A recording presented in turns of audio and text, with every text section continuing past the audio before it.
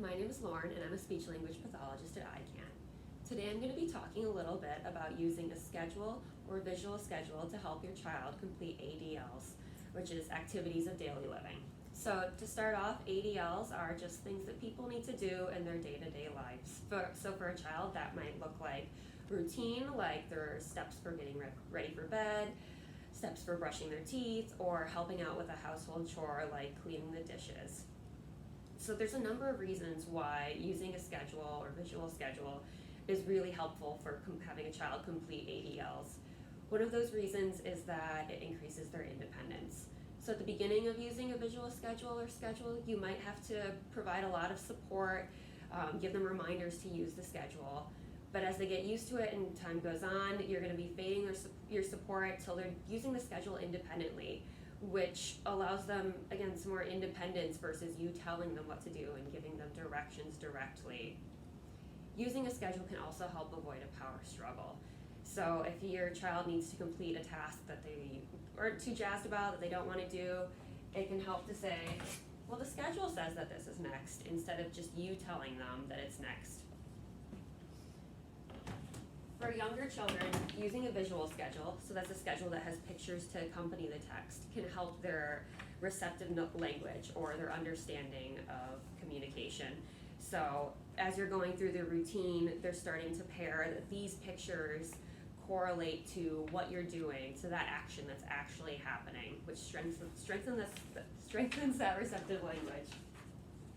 And lastly, for children that have trouble with transitions between activities or within steps within an activity, using a schedule can really help ground them. They know what's coming next. If it's not an activity that they like a lot, you can put at the end that there's a preferred activity. It can really help ground them and make those transitions easier. So as an example of how you might use a schedule and provide support with that, let's say you are needing to have your child wash dishes. So you want to put your schedule somewhere pretty visible, so maybe like here or here. Again, if your child can read, you're going to be using a written schedule. If they're learning to read or can't read, you're going to want to use a visual schedule that has pictures to go along with each step. So you've got your schedule. You're going to go over it with your child before even doing the activity.